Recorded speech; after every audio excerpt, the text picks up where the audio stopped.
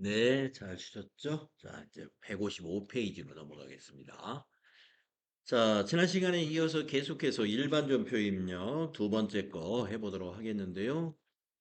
네, 증빙을 보시면은 이제 이 영수증인데 앞에서 있었던 1번의 영수증하고 좀 다른 점이 이 영수증은 현금 영수증이라고 하는 거예요.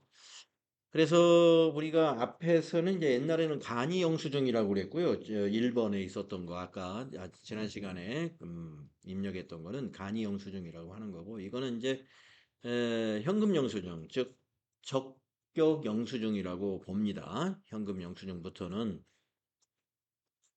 그리고 다른 점이 뭐냐면은 여기에 이제 공급가액과 부가가치세가 따로 구분되어 있어요. 이 현금 영수증의 경우는. 근데 우리가 그 앞에 1번 문제 같은 경우는 이 증빙을 봤을 때 이런 영수증에는 되게 밑에 내역에 공급 내역 이래 가지고 날짜, 품목, 수량, 단가, 금액 이런 식으로 돼요. 여기에는 부가세 표시되는 란이 아예 없습니다. 그래서 영수증이라는 것은 이제 이렇게 생긴 거고 우리가 이제 일반 전표 입력은 무엇이냐에 대해서 제가 앞 시간에서 뭐라고 그랬냐면은 부가가치세 신고서 작성과 관련이 없는 거래는 다 일반 전표에 입력하는 것입니다라고 했어요. 그래서 아까 거를 보시게 되면은 우리가 비용을 지출했으나 이 비용을 지출한 거에 대해서 부가가치세가 얼마인지 나와 있지가 않아요. 이거 공제를 못 받습니다. 이런 영수증을 받게 되면은. 네. 그래서 이거는 우리가 그 회사 업무상 지출을 했으나 우리가 지금 증빙 자체가 매입세액을 공제받을 수 있는 요건을 갖추질 못했어요. 매입세액을 공제받을 수 있는 요건을 갖추려면은요, 부가가치세가 표시되어 있어야 됩니다. 그래서 이거는 부가세 신고서에 반영을 시킬 수가 없다. 그래서 그냥 일반 전표에 입력해 가지고 우리 회사 내부에 회계 처리만 하는 거예요. 그러면 지금 우리가 두 번째 지금 맞이하고 있는 이 영수증에는 부가가치세가 있는데 이게 내용을 일단 보겠습니다. 주유소 현금 영수증인데 내용을 보니까 관리부 업무용 승용차에다가 주유를 하고 주유대금을 현금으로 지급하고 받은 영수증이다. 이렇게 설명이 되어 있어요. 자, 이거는 우리가 내용으로 봤을 때이 업무용 승용차에 주유를 했는데 645, 246 하나가 여러분들 그 업무용 승용차 등록을 해봐서 알겠습니다만은 요게 아반떼 차예요. 아반떼 1000cc 초과하는 차입니다. 1000cc 초과하는 승용차. 우리가 부가가치세 이론에서 이 그 비영업용 승용차 구입과 유지와 관련된 매입세액은 공제받을 수 없는 건이다라고 이 정리를 했었는데요. 다시 나중에 또 실무수행 뒷부분에서 매입 매출 전표 입력할 때 또 정리를 하겠습니다만은 다시 한번 말씀을 드리면 그렇습니다. 자, 개별 소비세가 부과되는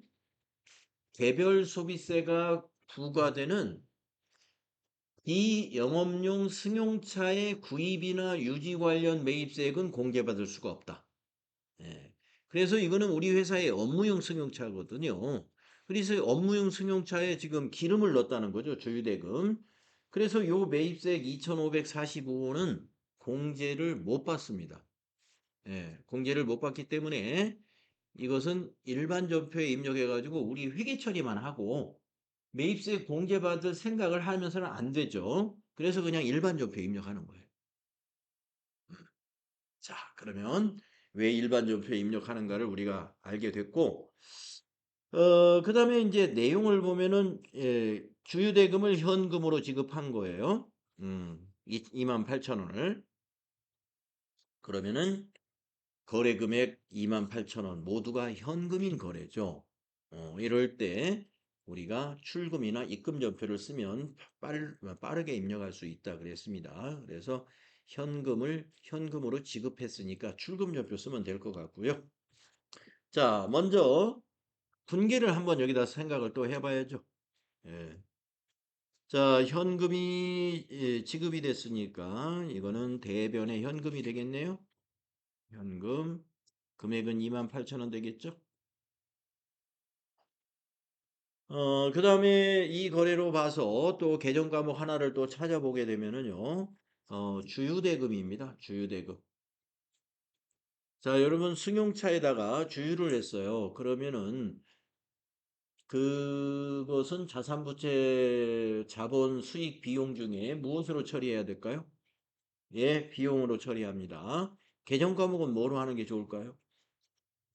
예, 차량 유지비입니다. 자, 비용의 발생이 차변이기 때문에 차변에다 기입하는 거예요. 그래서 차량 유지비 잘 아시죠?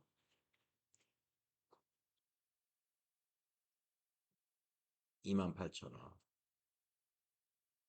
이러한 회계 처리를 하는 것입니다. 자, 역시 거래 후 결합 관계로 검증해 보는 거예요. 차량 유지비 비용이죠. 비용이 차별해 오는 것은 비용 발생. 대변의 현금은 자산이 대변에 갔으니까 자산 감소. 네. 그래서 차량 유지비라는 비용이 발생하여 현금이라는 자산이 감소했구나. 이러한 인과관계로 이렇게 말이 이렇게 연결이 되어야 이게 말이 되어야 된다는 거죠. 분개를 해놓고 여러분이 말을 만들어 보는 거예요. 예, 차량 유지비라는 비용이 발생해서 현금이라는 자산이 감소했구나. 네. 비용이 발생하면 결과적으로 기업의 당기 순이익이 28,000원 감소하게 되겠구나. 이 거래로 인해서. 당기 순이익이 감소하면은 이 회사의 자본의 감소로 이어지겠구나. 네. 이 거래 하나가 이 회계 우리 회사의 손익이나 재무 구조에 미치는 영향까지 이렇게 생각해 보는 겁니다. 자, 그러면 이제 전표를 입력하겠습니다. 아까 입력했던 날짜하고 다를 테니까. 자, 전표 입력 화면에는 아까 입력한 날짜가 1월 12일로 되어 있거든요. 1월 11일로. 근데 이번 영수증은 날짜가 12일입니다. 여기 날짜를 12일로 고쳐줍시다. 12일. 네, 고치면 또 여기 밑에 첫 줄에 구분에 나와 있고요. 이것도 출금이니까 여기다 1번 넣어주면 되죠. 네, 출금 들어갔습니다. 출금을 하면은 대별의 현금은 자동 입력되기 때문에 여기에 들어갈 계정 과목은 차변이에요. 예, 그래서 여기다가 차량 입력을 하는데 아까 시간에 자세히 말씀드렸습니다. 차량 유지비가 지금 네 가지가 보이는데요. 이 네 개 중에서 우리는 800번대를 써야 되는 이유를 알고 계시죠? 예, 800번대 선택하고 엔터하거나 확인. 그 다음에 만나는 코드는 그 옆에 거래처 코드라는 거예요. 자, 코드가 입력되어 있는지는 주유를 입력해서 한번 검색을 해볼까요? 주유. 예. 물론 SK 입력해도 돼요. 근데 SK 입력하려면 또 한영케 영어로 바꿔야 되니까 그냥 주유만 넣어봐도 알 수 있는데 주유 들어가는 거래처가 하나도 없어요. 예, 그런데 우리가 꼭 여기서 등록을 해야 될까요? 안 해도 됩니다. 왜? 비용이니까. 그래서 그냥 한글로 타자. 가로 열고 주식회사 한영 바꾸고 SK 한영 바꾸고 주유소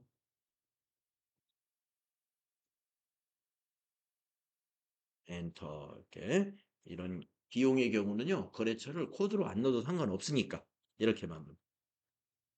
자, 적용 코드에서 밑에서 코드를 골라보니까 1번이 좋네요. 딱 맞아요. 1하고 엔터. 그 다음에 차변에다가 영수증의 금액 28,000원을 입력하면 됩니다. 엔터 하시면은 밑에 분계 내용이 아래쪽에 보이고요. 차변의 차량 유지비, 대변의 현금. 그래서 이거는 이 장부가 이제 아까 시간에 보셨다시피 분계장, 총계정 원장, 계정별 원장 그리고 이제 현금 거래는 현금 출납장에도 기록이 되고요. 이것은 재무상태표와 손익계산서까지 결산과 관련된 재무제표까지 다 지금 들어갔어요. 다음 세 번째 거 해보겠습니다. 자, 이런 증빙이 있네요. 이런 증빙. 예, 이런 증빙 여러분이 평소에 보셨는지 모르겠는데 아마 이 앞에 있었던 1번의 간이 영수증이라든가 2번의 현금 영수증 같은 경우는 많이 봅니다만은 보통 이 입금표라는 것은 우리 일반인들은 별로 잘 못 봅니다. 이 입금표는 기업에서 발행을 해요. 기업에서. 자, 그러니까 입금이 뭐예요? 현금을 받았다 이런 사실을 예, 현금 받았다라는 사실을 증명하는 영수증입니다. 이것도. 현금 받았다는 걸 굳이 영수증을 해줘야 되느냐? 계좌이체 같은 거 하면은 해주지 않아도 돼요. 왜냐하면 통장에 기록이 남아요. 계좌이체 같은 경우는 기록이 딱 남기 때문에 굳이 그 통장 계좌이체 내역만 가지고도 거래 사실을 증명할 수가 있는 거예요. 근데 이 입금표는 왜 발행을 하냐면 현금으로 받았을 때는 현금 받았다는 사실을 증명을 해줄 서류가 필요하죠. 그게 바로 입금표. 예. 요새 현금 가지고 이게 가면서 결제해주고 이런 거래가 많지 않기 때문에 이 입금표를 잘 볼 수 없겠지만은 자, 이게 바로 그런 거래예요. 여기 보시면은 입금표 밑에 이런 말이 있잖아요. 상품 외상 매출금을 현금으로 회수함 하고 영수증, 영수자 3일 패션. 우리 회사가 지금 3일 패션이죠. 자, 오른쪽에 이 입금표에 대한 설명 다시 한번 나옵니다. 상품 매출에 대한, 자, 우리 회사가 지금 옷을 파는 회사예요. 근데 옷을 팔고 외상 매출금을 오늘 받았다는 거예요. 근데 현금으로 받았어요. 그러니 받았다는 증빙을 발행해 줘야죠. 그래서 입금표를 발행해 주었다. 이런 증빙도 있습니다. 자, 입금표에 코디나라가 지금 거래처예요. 코디나라. 네, 코디나라 귀하. 네, 220만 원. 아마 부가세 포함해서 여기 세액이 있죠. 네, 세액 여기 있습니다. 자, 이것은 우리가 돈을 받은 거래이기 때문에 이것은 부가가치세 신고하고 관련이 없는 거예요. 예, 부가가치세 신고서. 돈 받았다는 걸 부가가치세 신고서에 기록하는 게 아니에요. 네. 부가가치세 신고서에는 우리가 매출을 했다 하는 것은 부가가치세 신고서에 넣어야 됩니다. 예. 근데 매출 대금을 받았다. 이거 부가가치세 신고 사항이 아니에요. 예. 매출을 했다는 사실은 신고해야 돼요. 그래야 부가세가 거기 매출세액에 들어가니까. 근데 돈 받았다. 이건 부가세 신고 사항이 아닙니다. 그러니까 회계 처리만 하면 돼요. 그래서 일반 전표에 입력하는 거다. 외상대금 받은 것을 메인 매출 전표에 입력하면 안 된다 이런 말씀이죠. 그냥 돈 회수한 거는 그냥 회계 처리 사항이에요. 그래서 일반 전표에다가만 입력을 한다. 자, 그러면 계정값을 한번 찾아보겠습니다. 현금이라는 것 딱 나와요. 현금. 예, 현금으로 받았어요. 우리가 앞에서 1번, 2번은 현금으로 지급했고 이번에 3번은 지금 현금을 받은 거래입니다. 자, 현금이 자산이죠. 증가했어요? 감소했어요? 증가했습니다. 그러면 회계 처리에서 우리가 차대변 중에 현금을 어디다 기록할까요?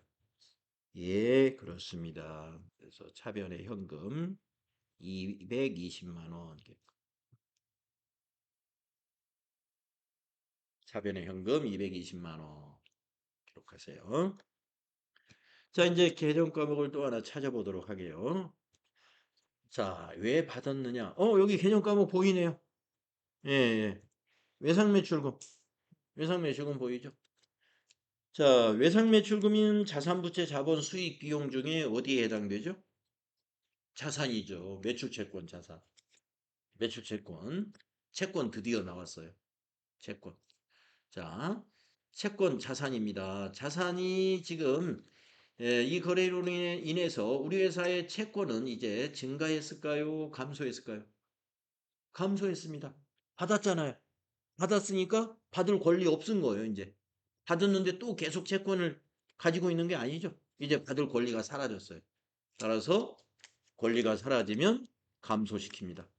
그러니까 대변의 외상 매출금.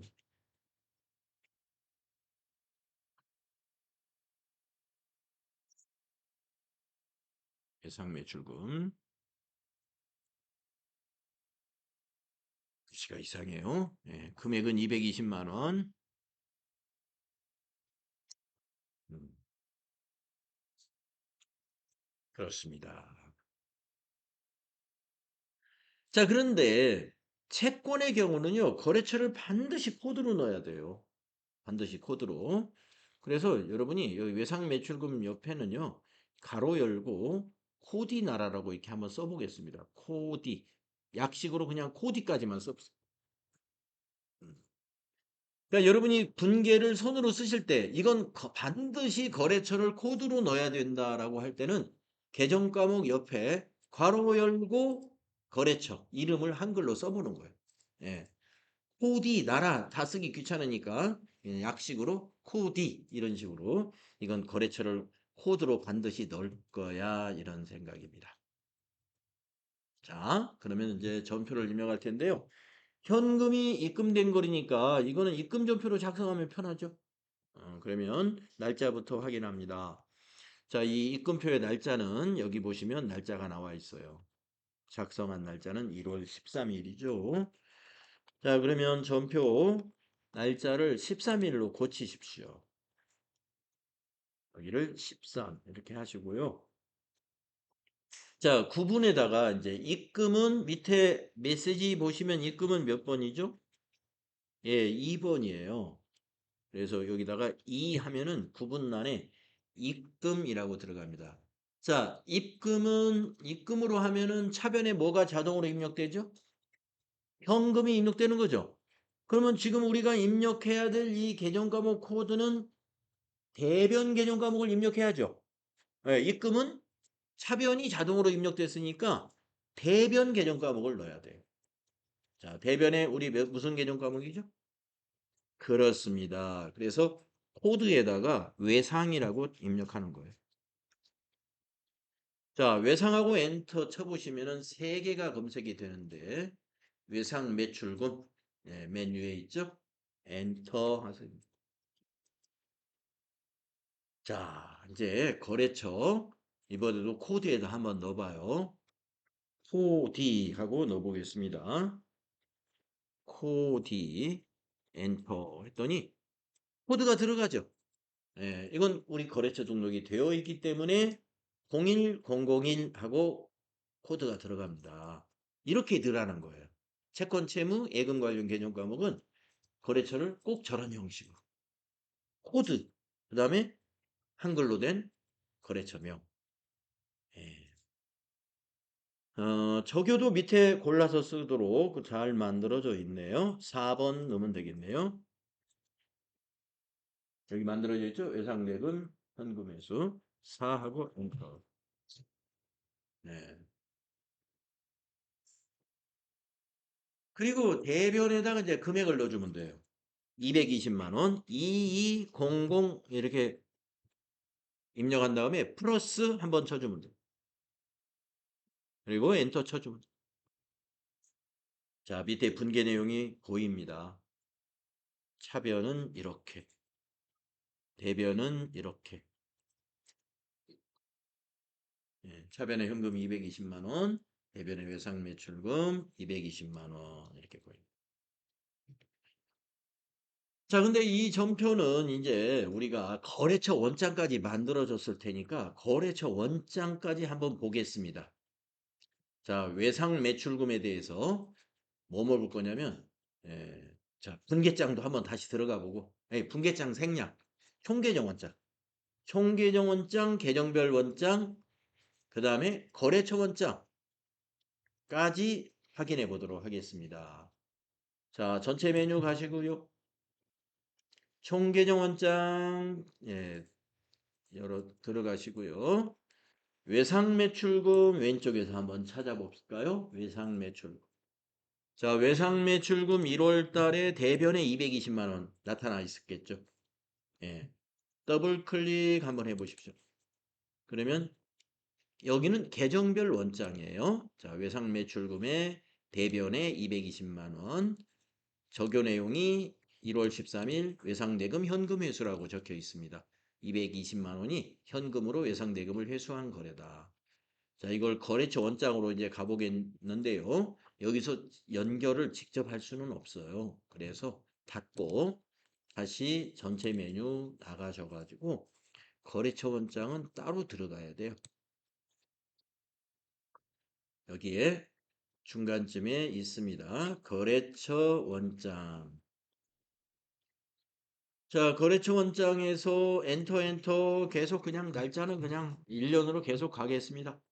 계정 과목에서는 108번이라고 한번 넣어보겠습니다. 108. 예, 108번이 외상 매출금이에요. 예. 자, 거래처 분류에서는 그냥 계속 엔터를 치겠습니다. 모든 거래처. 예. 자, 외상 매출금 거래처가 두 개의 거래처가 있었어요. 우리가 기억나시나요? 기초정보관리에서 거래처, 이게 뭐였죠? 여기 거래처별 초기화를 할 때 외상매출금 거래처가 두 군데가 있었어요. 예, 그래서 지금 거래처 원장에서 보면 두 개의 거래처가 보입니다. 그 중에 코디나라는 전기에 2월 된 외상매출금이 470만 원 있었는데 대변에 220만 원이 감소함으로써 지금 현재 잔액은 250만 원이 현재 잔액입니다. 250만 원. 네. 자, T 계정으로 말하면 이거예요. 자, 외상 매출금입니다. 이게 외상 매출금인데 여기 전기 2월은 차변에 있었겠죠. 470만 원. 전기 2월은 생략하겠습니다. 글씨만 써볼게요. 그랬는데 1월 13일이었죠. 1월 13일 현금 회수 생략하겠습니다. 220만 원이 대변에 발생했어요. 감소했어요. 220만 원. 이렇게. 그래가지고 현재 잔액. 요게 잔액이 지금 250만 원이다. 이게 잔액. 만약에 이것이 1년 장부로서 이게 끝이다. 그러면 요 잔액이 차기 2월. 그러니까 여기는 전기 2월이 되고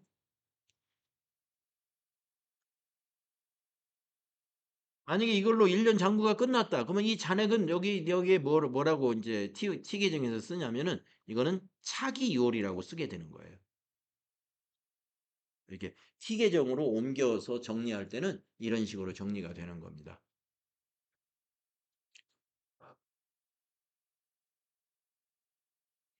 음. 자, 그래서 우리 전산상의 장부는 이게 그림으로 T 계정처럼 그림으로 이렇게 나타나 있지 않고 이렇게 표 형식으로 되어 있기 때문에 이걸 T 계정으로 보는 것을 제가 그림으로 그려봤는데요. 이걸 제가 여러분에게 자꾸 보여드리려고 하는 이유는 이론 시험에서는 티계적으로 나오니까 이론 시험에서 이 화면을 캡처해 가지고 시험을 내지 않아요. 시험을 내지 않고 만약에 요 부분을 여러분에게 이제 문제를 낸다 그러면 아까 그렸던 그 그림으로 이렇게 그렇게 할 것이다. 네, 그 다음에 이제 그러면은 이건 외상 매출금이니까 재무상태표에 재무상태표는 잔액만 나옵니다. 잔액만 나오기 때문에 뭐라고 나올까요? 여기 600만 원이라고 나오겠죠. 외상 매출금이 현재 600만 원이다. 그러나 합계잔액시한표에 가면은 220만 원 대변 금액도 같이 나올 겁니다. 자, 그러면 먼저 재무상태표 먼저 보고 합계잔액시한표도 보고 두 개 다 보겠습니다. 자, 전체 메뉴에 가셔서 재무상태표 여기 결산 장부에 있어요. 예, 재무상태표에 가면은요 600만 원이라고 나올 거예요. 12월로 그냥 보세요. 원래는 1월 말로. 지금 일단 에러가 나는 이유는요. 결산이 아직 안 끝나면은요. 재무상태표는 결산 마무리 분계를 해야만이 이 에러가 없어져요. 일단은 닫고요. 지금 에러는 무시하시면 되고 외상매출금 보시면은 여기 600만 원 이렇게 보이잖아요. 외상매출금이 600만 원이다. 아까 거래처 원장에 하니까 여기 잔액의 합계가 600이었어요. 자, 그러면 외상매출금 보는 방법 재무상태표에서 자, 외상매출금의 잔액은 600. 외상매출금의 차감 계정인 대손충당금은 얼마예요? 82,000원이죠? 예. 자, 그러면 그 옆에 있는 591만 8천원은 우리가 뭐라고 부를까요? 뭐라고 부를까요? 음. 자, 외상매출금의 잔액이라고 합니다. 이거는 외상매출금의 잔액 그 밑에 있는 것은 차감 계정인 대손충당금. 그러면 이거는 뭐라고 불러야 되느냐? 장부금액이라고 불러주세요. 장부금액, 외상매출금의 장부금액은 대손충당금, 잔액에서 대손충당금을 차감한 금액입니다. 그래서 우리 재무상태표에서 보시면 차감 계정이 있는 이런 것들, 유형자산에서도 감가상각 누계액이라는 차감 계정이 있지 않습니까? 그래서 건물의 5천만 원. 건물 같은 경우 이런 유형자산에서는 잔액이라는 표현도 괜찮긴 합니다만은 취득금액이라고 특별히 불러줍니다. 유형자산에서는. 취득금액 5천만 원. 감가상각 누계 125만 원. 그럼 그 옆에 4,875만 원은 뭐라고 부른다? 장부금액이라고 부른다. 그래서 건물의 장부금액은 4,875만 원이다. 네. 자, 재무상태표에 그 차감 계정이 있을 경우에 그 명칭에 대해서 숫자의 명칭에 대해서 정확하게 잘 알고 계십시오. 자, 그다음에 220만 원 외상매출금 감소한 것은 재무상태표는 결과인 잔액만 보여주기 때문에 알 수가 없어요. 그러면 그것은 어디에서 볼 수 있느냐? 합계잔액시산. 합계잔액시산표로 한번 가볼까요? 합계잔액시산표에서 뭐 12월로 그냥 보십시오. 12월로 그냥 보시면은 외상매출금란이 외상매출금 대변에 220 이렇게 딱 기록이 되어 있다. 이건 외상매출금이 감소한 게 220이다. 예. 그러면 차변의 820은 뭐였겠느냐? 전기에서 2월된 거래처 두 군데에 2월된 금액의 합계가 820이었어요. 그래서 220이 감소하니까 잔액이 지금 600만 원이다. 자산의 잔액은 차변에 생기는 거죠. 그래서 외상매출금의 차변 잔액 600만 원 보실 수가 있습니다. 그러니까 합계잔액시산표는 재무상태표에서는 볼 수 없는 다른 정보까지. 예. 대변 자산이다 그러면 대변의 금액까지도 볼 수가 있다. 그런 차이가 있습니다. 자, 다음 페이지로 넘어가서 다음 점표 보도록 하겠습니다. 156페이지로 가볼게요. 대체 점표 작성하자 그랬는데요. 먼저 증빙에 대해서 한번 따져보겠습니다. 자, 식당에서 발행한 신용카드 전표입니다. 여기에도 부가가치세 8,000원이 표시되어 있습니다. 부가가치세가 표시되어 있는 갈비집에서 발행한 전표. 요 부가가치세 우리 회사에 업무적으로 사용이 되었다면은 매입세 공제를 받아야 될 텐데 매입세 공제를 받으려면 부가가치세 신고서에다가 신고해야 받는 건데 이것은 부가가치세 신고서하고 관련이 없는 걸까? 한번 보겠습니다. 자, 이 전표가 무슨 전표인지 여기 설명이 나와 있어요. 매출거래처 직원과 식사하고 대금을 신한카드로 결제했다. 우리 회사 카드예요. 신한카드가. 법인카드라고 하는 거. 이게 만약에 회계팀 직원이 야근하고 식대를 한 거라면 이거는 매입 매출 전표에 입력해야 돼요. 왜냐? 회계팀 직원이 야근했으면 복리후생비니까 이것은 매입세 공제가 되는 거고 당연히 받아야 됩니다. 그래서 매입 매출 전표에 입력을 해가지고 부가가치세 신고서에도 신고해주고 그 다음에 회계 처리도 하고 이렇게 할 수가 있는데 이것은 공제를 못 받아요. 왜 못 받느냐? 거래처 직원과 식사한 것은 접대비 내용이거든요. 접대 성격이거든요. 접대비. 그래서 우리 부가가치세 이론에서 매입세액을 공제 못 받는 내용 중에 접대비 관련 매입세액은 공제받을 수 없다. 알고 계십시오. 자, 아까 공제 못 받는 거 하나 나왔어요. 업무용 승용차 관련 매입세액은 공제 못 받는 거 하나 나왔고 지금 여기서는 접대비 관련. 그래서 접대비 관련 매입세액은 공제를 받아서는 안 되기 때문에 이것은 일반 전표에 입력을 해주는 거예요. 그래서 부가세 신고서하고 관계없이 우리가 이거는 그냥 회계 처리로 끝내야 돼. 8,000원을 공제받으면 안 되기 때문에 일반 전표에 입력한다. 이렇게 말할 수 있습니다. 자, 그러면 이제 회계 처리를 한번 해보도록 하죠. 개념 과목을 한번 찾아보겠습니다. 매출거래처 직원과 식사했다는 아까 말씀드린 접대비 개념 과목이 하나 나오겠고 또 하나는 카드로 결제했다는 것인데 한번 생각을 해볼까요? 회사 카드. 네, 우리가 여러분들이 지출하고 여러분들이 가지고 있는 우리가 개인적으로 쓰고 있는 그 신용카드라고 보셔도 돼요. 네, 뭐 성격은 같으니까. 자, 그러면 회사의 법인카드로 식사비를 지금 계산을 한 겁니다. 이때 우리는 이것을 무슨 계정으로 인식해야 될까요? 자, 그러면 개정 과목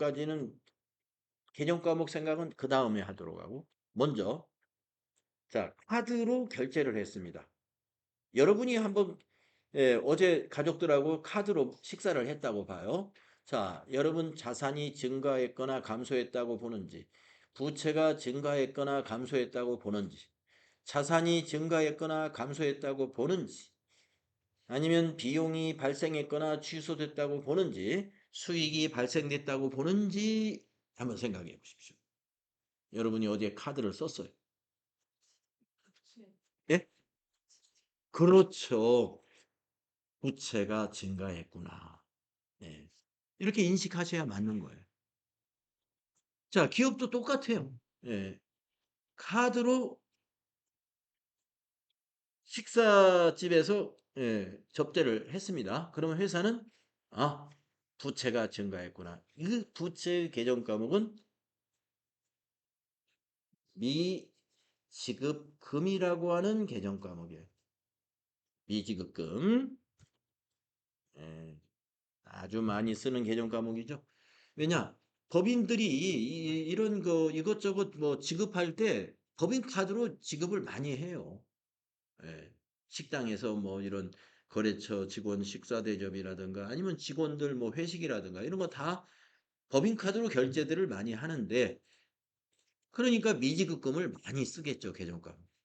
미지급금. 자, 법인 카드로 결제했다. 미지급금 꼭 기억하십시오. 예. 여러분들 아까 답변 잘 하셨어요. 카드로 지출했다. 부채가 증가했구나. 이렇게 인식해야 돼요. 부채가 증가했구나. 자, 개정 과목 두 개로 분개가 됩니다.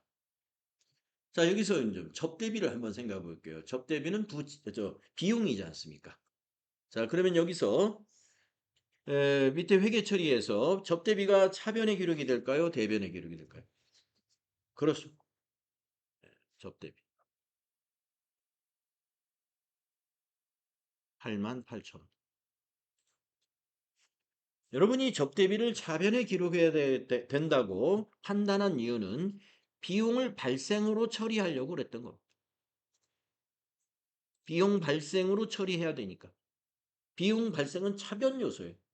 그래서 차변에 여러분이 이걸 써야 된다. 이렇게 답변할 수 있었던 분. 자, 그러면 이제 미지급금입니다. 미지급금은 우리가 부채라고 아까 여러분이 인식하셨고, 자, 카드를 사용하면 부채는 증가했다라고 아까 말씀하셨어요. 그럼 거래의 8요소에서 부채 증가는 대변 요소죠. 그렇죠. 그렇기 때문에 대변에 미지급금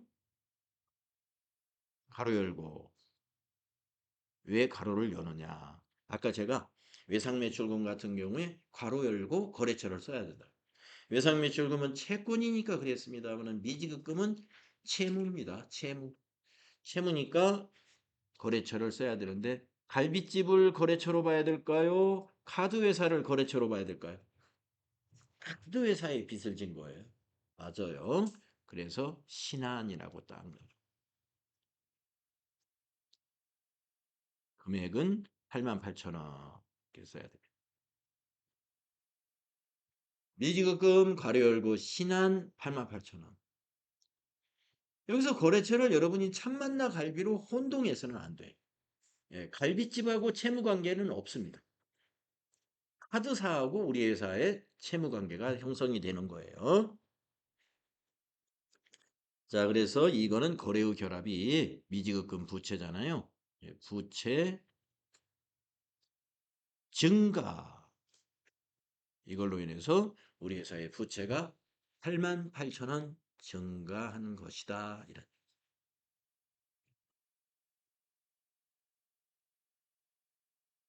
네, 이렇게 이제 여러분이 이렇게 간단한 분계, 간단하다는 것은 뭐냐면 차변의 개념 과목 하나, 대변의 개념 과목 하나 이렇게 예, 되는 이런 간단한 분계부터 여러분이 척척 잘 해내셔야 이제 뒤에서 나오는 조금 더 복잡해지는 분계까지 척척 잘 할 수 있습니다. 원리는 다 똑같아요. 원리는. 자, 그러면 이제 전표를 입력해 볼까요? 자, 전표를 입력하려면 날짜부터 체크하시고, 예, 날짜를 우선 정확하게 입력합니다.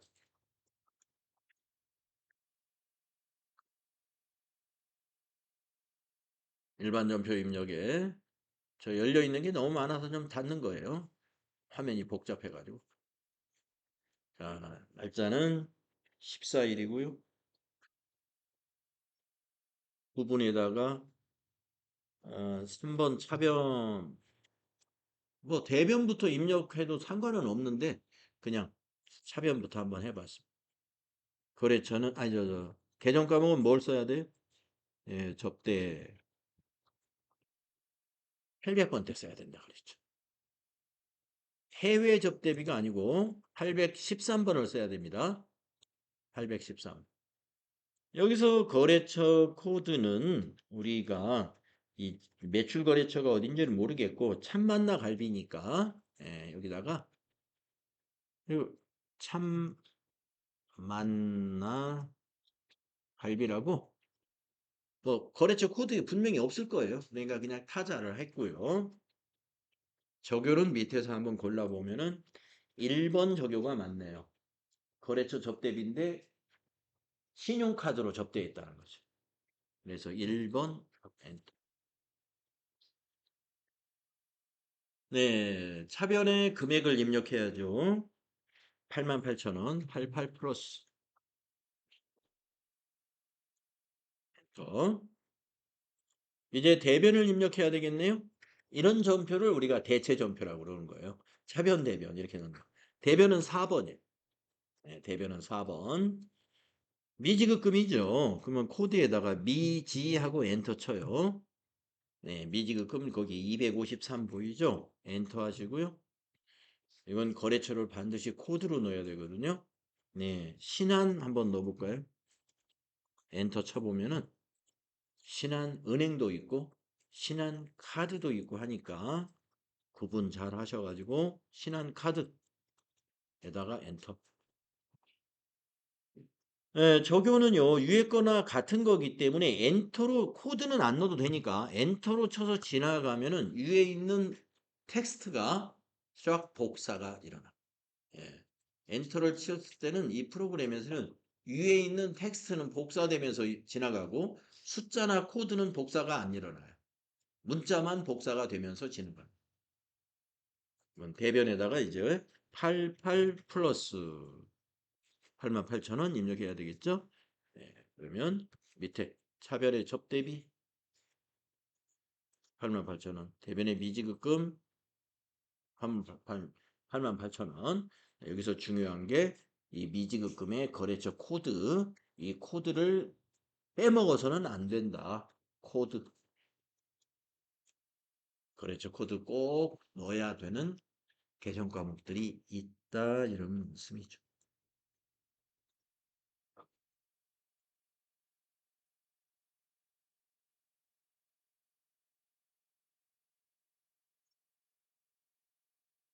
이것을 이제 우리가 대체 전표라고 하는 겁니다.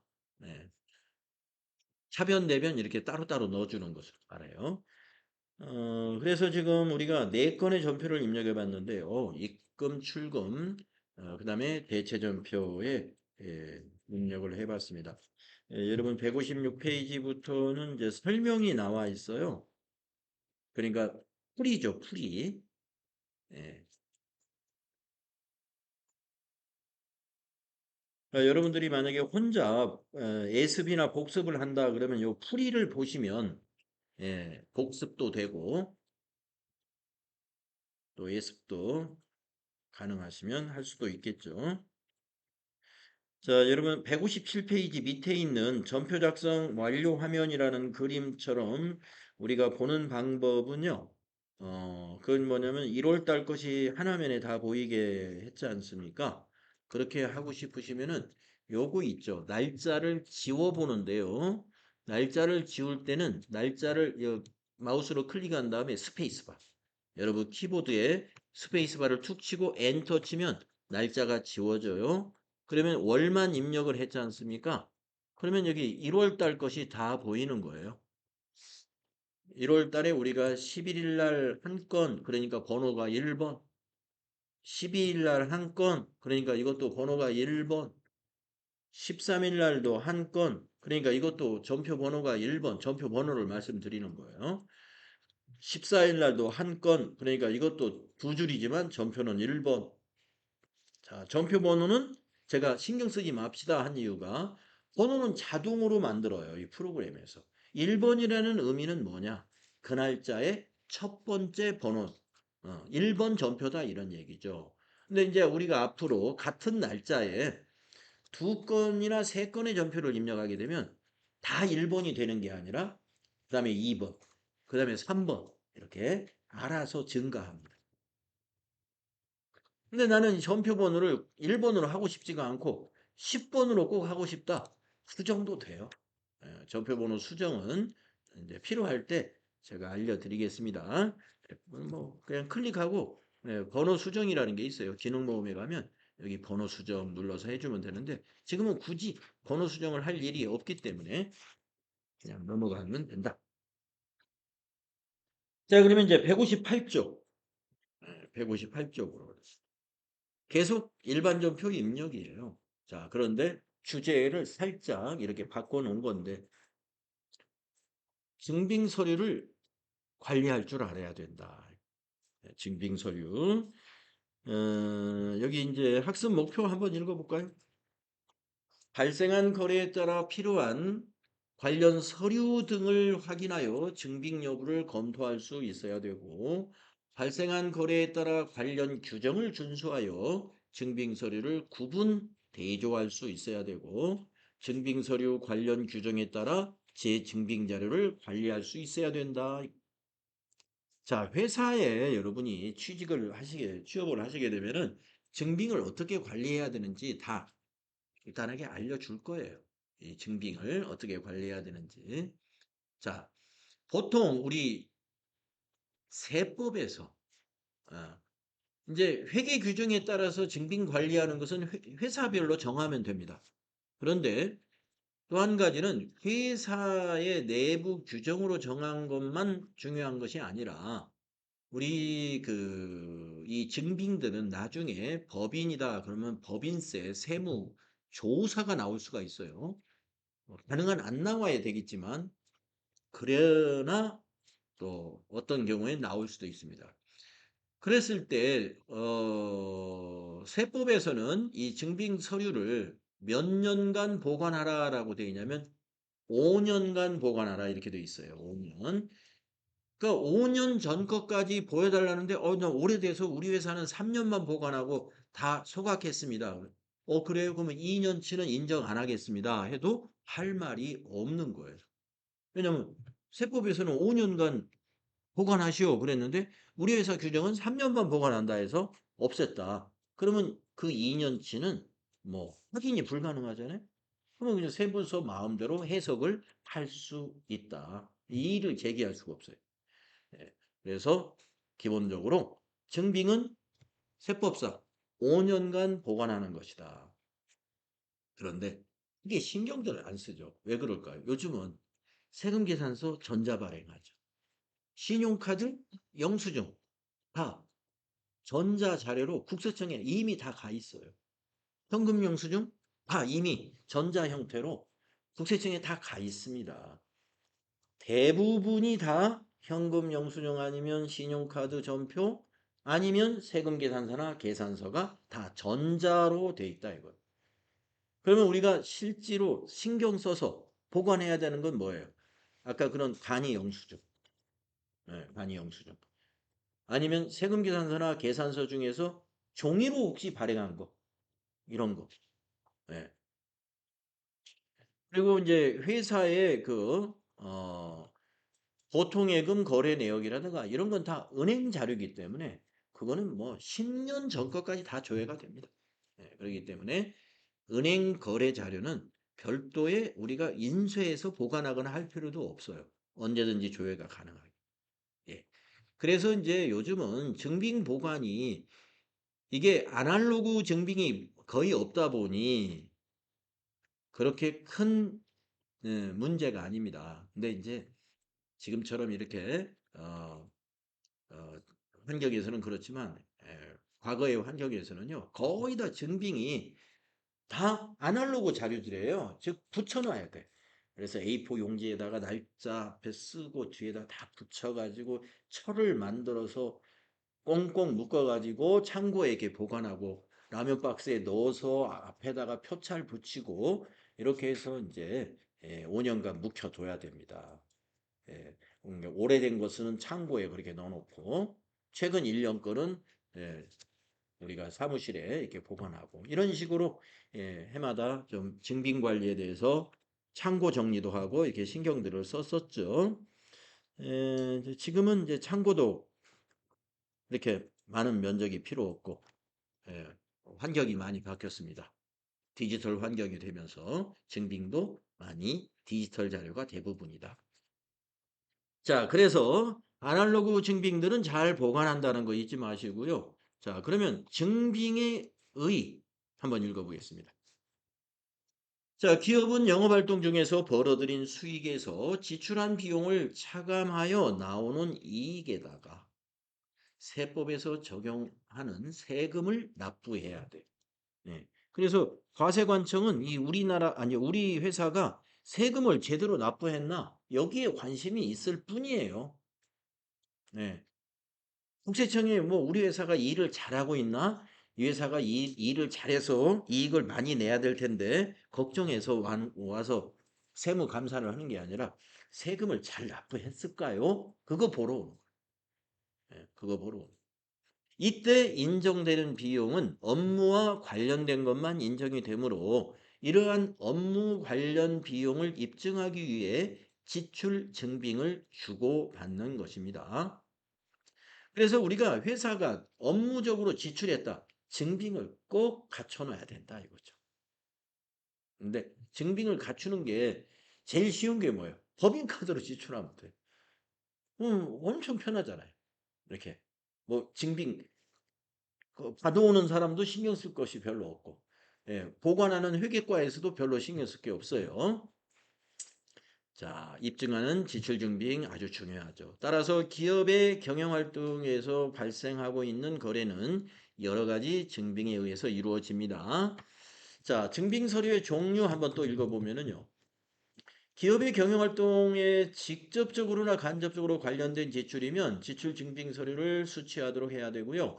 지출은 했는데 지출 증빙 서류를 수취하지 않았거나 그 지출이 업무와 관련이 없다면 비용으로 인정을 못 받아요. 예, 못 받으니까 비용 처리도 안 해야 되겠죠. 그러면 증빙 서류는 뭐가 있느냐? 첫째, 신용카드 매출전표. 예, 회사는 이제 법인카드라고 하죠. 법인카드로 우리가 지급을 했는데 왜 매출전표라고 하죠? 이렇게 질문하는 분도 계시던데요. 이 신용카드 전표는 누가 발행하냐면 매출자가 발행하는 거기 때문에 매입한 사람도 그냥 가지고 있는 게 매출전표인 거예요. 예. 네. 그래서 신용카드 전표는 우리 회사가 매출할 때도 발행하고 또 우리 회사가 지급을 했을 때 그 발행한 회사가 발행한 것도 매출전표예요. 그래서 그냥 신용카드는 그냥 매출전표라고 부릅니다. 그러나 내용을 따져보면 우리가 발급받은 지출용 매출전표도 있고 또 우리가 상품을 팔고 발행한 매출전표도 있고 그걸 통틀어서 그냥 매출전표라 그래요. 다음에 현금 영수증 또 세금 계산서, 그 다음에 면세사업자가 세금계산서 대신에 발행하는 계산서라는 것이 있습니다. 네. 그리고 영수증도 있습니다. 영수증은 우리가 아까 미소식당 거기 간이 영수증 같은 거 이걸 영수증이라고. 네. 가능한 요 네 가지를 써야 됩니다. 요 네 가지가 우리가 이제 이 네 가지를 적격 증빙이라고 해요. 적격 증빙. 적격 증빙. 가능한 이 네 가지를. 네. 하지만 이 네 가지를 쓸 수 없는 사업자가 있어요. 네. 왜냐면 신용카드나 현금 영수증은 기계가 있어야죠, 기계가. 요새는 뭐 새마을금고나 뭐 이런 데 회원가입하면 새마을금고에서 알아서 다 이렇게 뭐 설비를 해 주고 그렇습니다마는 만약에 나는 뭐 통장 하나도 가진 게 없다. 그래서 뭐 새마을금고도 거래 안 하고 농협도 거래 안 해요. 누가 와서 이런 기계, 현금 영수증 발행하는 기계, 신용카드 발행하는 기계 설치해 주는 사람도 없어. 예. 그런 사람은 영수증 발행해야죠. 영수증. 예. 영수증. 근데 영수증은 신뢰가 많이 떨어져요. 신뢰가. 그래서 이제 법인의 경우에는 3만 원 이내는 영수증도 좋다. 그런데 지출 금액이 3만 원을 초과할 때는 적격증빙으로 해라. 대부분 법인들이 다 내규를 그렇게 정해놔요. 예. 그 이유는 우리가 이제 세법하고 좀 약간 관련 지어서 그래요. 네, 세법에서 법인이 비용을 제출했는데 3만 원 초과 거래인데 적격증빙을 받지 않았어요. 적격증빙이면 신용카드나 현금 영수증이나 세금 계산서나 계산서여야 되는데 그냥 영수증을 받았다. 아, 그러면은 법인세 납부할 때 가산세도 같이 납부해 줘야 돼요. 네, 가산세. 그러니까 일부러 뭐 아는데 우리가 뭐 영수증을 일부러 받아올 필요가 뭐 있을까요? 그래서 적격증빙을 받아야 된다. 자, 그러면 수행과제에는 우리가 쉬었다가 거기 여러 가지 증빙들이 있는데 무엇이 있는지 다음 시간에 요거 쭉 입력을 해보도록 할게요. 쉬었다 하겠습니다.